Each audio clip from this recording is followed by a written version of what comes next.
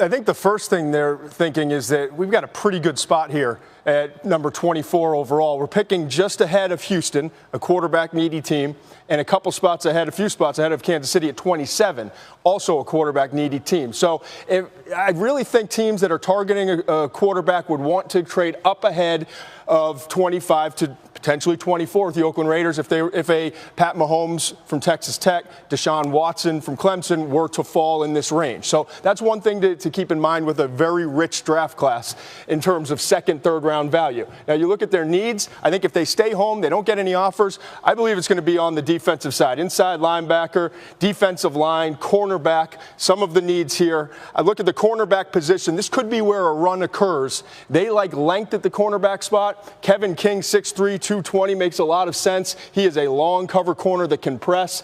Marlon Humphrey, Tre'Davious White, all of these guys have length. Inside linebacker, mentioned that as a need. I think Jared Davis could be here. Reuben Foster, people think could fall a little bit because of character. I don't believe it will happen to 24. But Foster, Reddick are gone. Davis becomes an option there at 24. So there's plenty of talent on the defensive side when they're at that 24th pick. But I think the Raiders would really entertain some offers if they got any legitimate ones to move back and try to get one or two additional picks in the second, third, fourth rounds. And Todd, why we have you here? Some buzz, I think, about Leonard Fournette. What are you hearing? Yeah, I was surprised because Leonard Fournette has kind of been a quiet name throughout this process for whatever reason. A lot of teams talking about quarterback and all these defensive players. But let's assume for 1 second Cleveland winds up taking the player we all believe that they'll take in Myles Garrett in that number 1 overall pick. I look at this and say, you know what? After talking to people last night in the league, I think there is some legitimacy to San Francisco liking Leonard Fournette at number 2.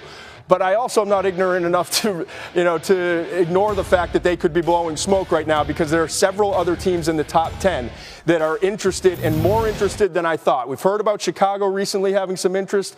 I don't know if that's smoke or not. But to me, you've got Jacksonville at 4 that really like Leonard Fournette and are worried that he's going to be taken before there. And then you've got Carolina sitting at number 8.